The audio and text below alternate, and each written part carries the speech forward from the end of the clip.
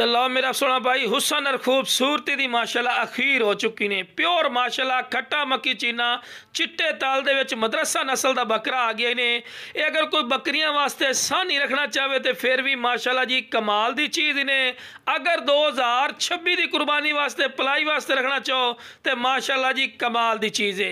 हुसन खूबसूरती क्वालिटी नस्ल तुहाडी अक्खां दे सामने माशाल्लाह बिल्कुल कुंडली वाले सिंग लंबी वेल अच्छे ते पैर फिरा बनन क्योंकि तुहानू वीडियो बना के चेक करवानी और चारा भी शुरू तो ही खवा के भी सुना भाई तुहानू पता लगे कि सेहतमंद और माशाल्लाह एक्टिव ने। और मेरा वीरा यह चीज़ है अगर किसी रेवड़ वाले को याली को चले जाओ तो 1.5 लाख लाख लाख तो उत्ते मुल करते हैं, लेकिन वीरा अपना मुल नहीं होना बिल्कुल जायज़ और मकूल राइट हो सी। बाकी वेल च जबरदस्त दुम सीधी बरीक पशम बिल्कुल बराबर का थला मोटे हड पैर वेखो जी कोई ऐसा पॉइंट है जो घट हो हर पॉइंट जबरदस्त ने।